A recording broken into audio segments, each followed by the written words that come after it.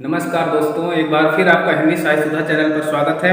आज हम आप सभी के लिए जो कि कक्षा 12 के विद्यार्थी हैं, हिंदी विषय के विद्यार्थी हैं, उनके लिए जयशंकर प्रसाद जी के द्वारा रचित श्रद्धा मन, जो शीर्षक है आपका श्रद्धा मन, इसका व्याख्या भाग और उस व्याख्या भाग पर आधारित जो प्रश्न पूछे जाते हैं, पहले की अपेक्षा जो कोर्स पाठ्यक्रम परिवर्तित हुआ है, उन प्रश्नों के साथ हम आज इस पाठ का अध्ययन करेंगे। तो आइए देर न करते हुए पाठ को शुरू करते हैं। हमारा पाठ है, कौन तुम संसित जलनिधि तीर तरंगों से फेंकी मणि एक, कर रहे निर्जन का चुपचाप प्रभा की धारा से अभिषेक। संसित का अर्थ होता है संसार, जलनिधि का अर्थ होता है समुद्र, तीर का अर्थ होता है किनारा, निर्जन का अर्थ होता है एकांत या सुनसान, अभिषेक का अर्थ होता है अंजलि प्रदान करना या स्वागत करना, प्रभा की धारा से, अपनी उपस्थिति से। तो ये प्रसंग जो है, जब संपूर्ण सृष्टि का नाश हो जाता है, श्रद्धा और मन दोनों इस धरा पर शेष बचते हैं, हिमालय की तलहटी में इन दोनों का मिलन होता है, वहाँ पर श्रद्धा मन को देखती हैं और मन को देखने के पश्चात मन से प्रश्न करती हैं। वहीं से आगे आपका भाव शुरू होता है कि कौन तुम संसित जलनिधि तीर। संसित जलनिधि का अर्थ होता है संसार रूपी सागर, संसार रूपी सागर। श्रद्धा मन से पूछती हैं कि संसार रूपी सागर के किनारे तरंगों के द्वारा फेंकी गई एक मणि की तरह तुम इस सुनसान स्थान पर, इस निर्जन स्थान पर अपनी उपस्थिति से सबका स्वागत करते हुए कौन हो, कर रहे निर्जन का चुपचाप प्रभा की धारा से अभिषेक। अपनी उपस्थिति के द्वारा, अपनी कांति के द्वारा, अपनी चमक के द्वारा इस प्रभा का स्वागत करते हुए तुम कौन हो। अगली पंक्ति में कहती हैं, मधुर विश्रांत और एकांत जगत का सुलझा हुआ रहस्य, एक करुणा में सुंदर मौन और चंचल मन का आलस्य। मधुर विश्रांत, विश्रांत का अर्थ होता है थकान को धारण किए हुए, मधुर विश्रांत मीठी थकान को धारण किए हुए, एकांत, और इस एकांत पर ऐसा लगता है जैसे तुम संसार के किसी रहस्य को सुलझा रहे हो, जगत का सुलझा हुआ रहस्य। तुम इस संसार के किसी रहस्य को सुलझाते हुए से या सुलझे हुए रहस्य की तरह से प्रतीत हो रहे हो। एक करुणामय सुंदर मौन, तुम्हारे मुखमंडल पर मौन है, लेकिन वह मौन करुणा से परिपूर्ण है। तुम्हारे हृदय में क्या करुणा है, और चंचल मन का आलस्य, तथा तुम्हारे मुखमंडल से तुम्हारे मन की, चंचल मन का आलस्य प्रदर्शित हो रहा है। हे तपस्वी, तुम कौन हो। दोनों पंक्तियों का, दोनों पैराग्राफों का पुनः अर्थ समझते हैं। पहले श्रद्धा पूछती हैं कि संसार रूपी सागर के किनारे लहरों के द्वारा फेंकी गई एक सुंदर मणि की तरह तुम इस निर्जन स्थान में अपनी उपस्थिति के द्वारा लोगों का स्वागत कर रहे हो, तुम कौन हो। मधुर मधुर थकान को या मीठी मीठी थकान को धारण किए हुए इस एकांत स्थान पर बैठे हुए संसार के किसी सुलझे रहस्य की तरह तुम्हारे मुखमंडल पर करुणा के साथ मौन व्याप्त है, तथा तुम्हारे चंचल मन का आलस्य तुम्हारे मुखमंडल से प्रदर्शित हो रहा है। हे तपस्वी, तुम कौन हो। ऐसा जब श्रद्धा ने पूछा तो आगे मनु ने कहा, सुना यह मन ने मधुकुंजार, मधुकरी का सा जब सानंद, किए मुख नीचा कमल समान, प्रथम कवि का जो सुंदर छंद। जब श्रद्धा के द्वारा कही गई इन बातों को मन ने सुना तो मन ने इन बातों को कैसे महसूस किया। सुना मन ने यह मधु गुंजार, मधुकरी का सा जब आनंद, जैसे एक भ्रमर को एक भ्रमरी के गुनगुन का आनंद प्राप्त होता है, वैसे ही मन के हृदय में श्रद्धा की ध्वनि मधुकरी अर्थात भ्रमरी की तरह से पड़ी, और वह आवाज बहुत ही मधुर थी। किए मुख नीचा कमल समान, आने वाला जो आगंतुक है अर्थात श्रद्धा जो खड़ी हुई है, वह अपने मुखमंडल को नीचे किए हुए हैं, उनका मुखमंडल कमल के समान है, और उनके द्वारा उनके मुखमंडल से उच्चरित होने वाले शब्द या बोले जाने वाले शब्द मानो किसी कवि की सुंदर सुंदर पहली पहली रचना हो, अर्थात किए मुख नीचा कमल समान प्रथम कवि का यो सुंदर छंद। ये 3 पैराग्राफ हमने पढ़ाए हैं। अब इन तीनों पैराग्राफ का पुनः अर्थ समझते हैं, फिर पद्यांश पर आधारित प्रश्नों की बात करते हैं। पहले शुरुआत से समझते हैं।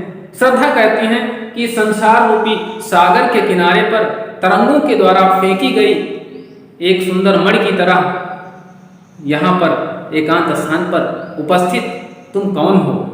तुम्हारे मुखमंडल पर यह चमक जो व्याप्त है, इस निर्जन का, इस सुनसान का स्वागत कर रही है। हे तपस्वी, तुम कौन हो? अपने शरीर पर एक मीठी मीठी थकान को धारण किए हुए तथा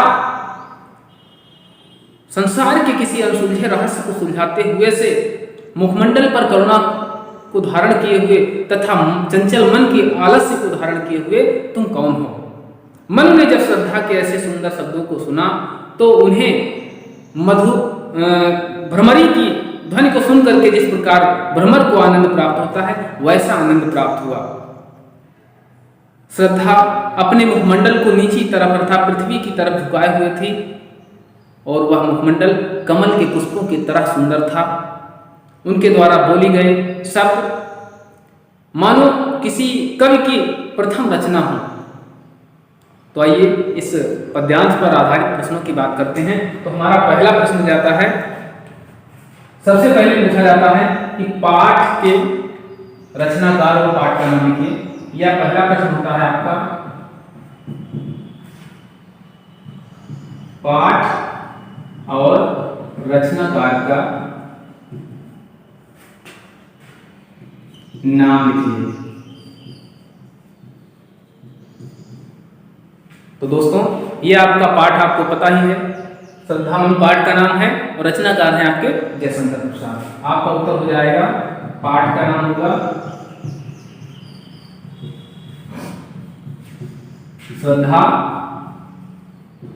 मन और रचनाकार का नाम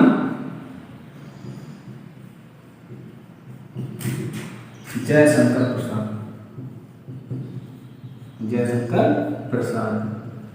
इस पद्यांश पर आधारित हम दूसरे प्रश्न की बात करते हैं। तो दूसरा प्रश्न हमारा आता है, श्रद्धा ने मन से क्या पूछा?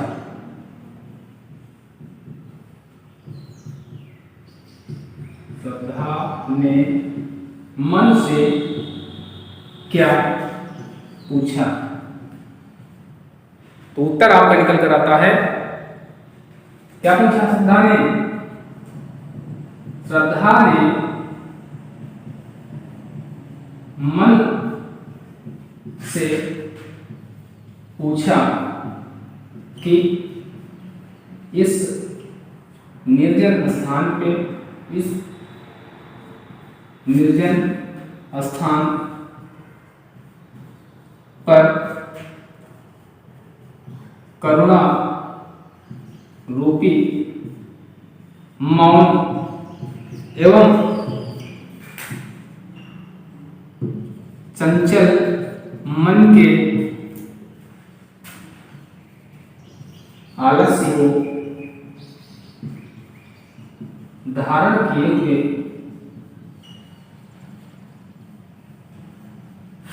तुम कौन हो? तुम कौन हो? दो प्रश्न हो जाते हैं। हमारा तीसरा प्रश्न निकलता है, मन को श्रद्धा के बोल कैसे लगे? प्रश्न तीसरा है, मन को श्रद्धा के बोल या वचन कैसे लगे? आपने पढ़ा, सुना मन ने अहमद गुंजार मधुकरी का साजब सानंद के मुख नीचा कमल समान प्रथम कवि का जो सुंदर छंद। तो उत्तर आपका निकल कर आता है, मन को श्रद्धा के वचन या श्रद्धा की वाणी या श्रद्धा के बोल भ्रमरी की तरह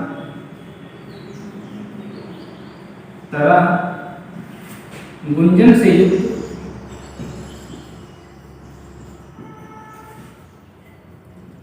युक्त इस प्रकार आनंदित करने वाले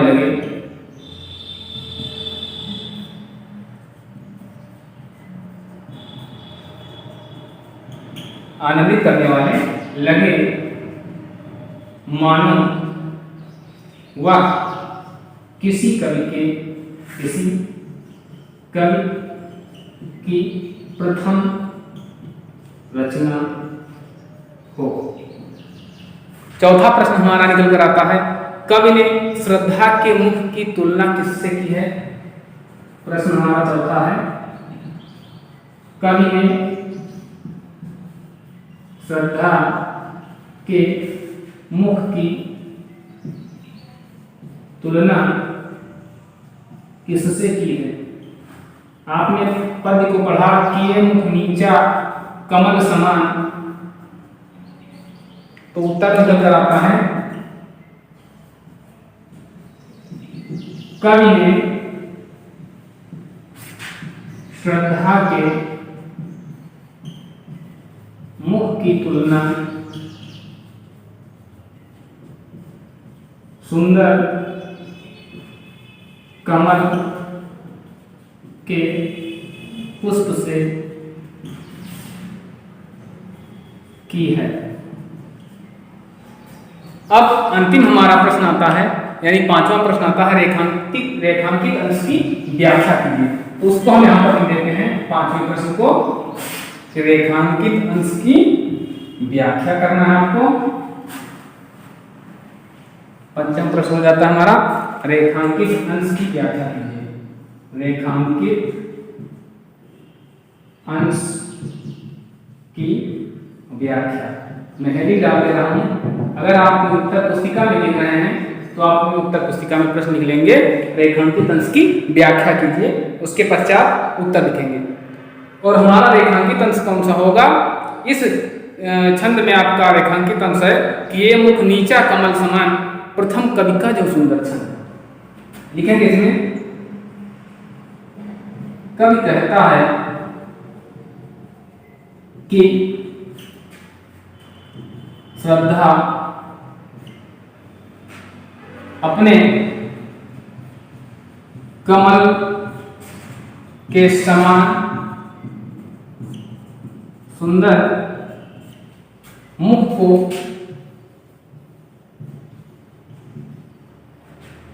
पृथ्वी की ओर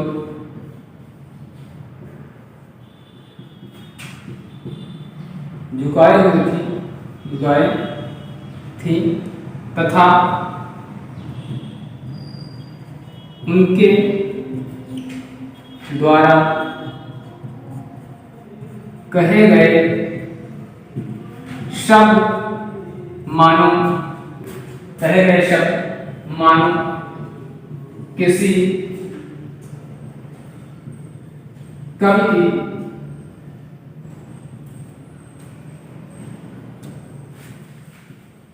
सुंदर प्रथम रचना हो, कवि की सुंदर प्रथम रचना हो। ये आपके रेखांकित अंश रहा।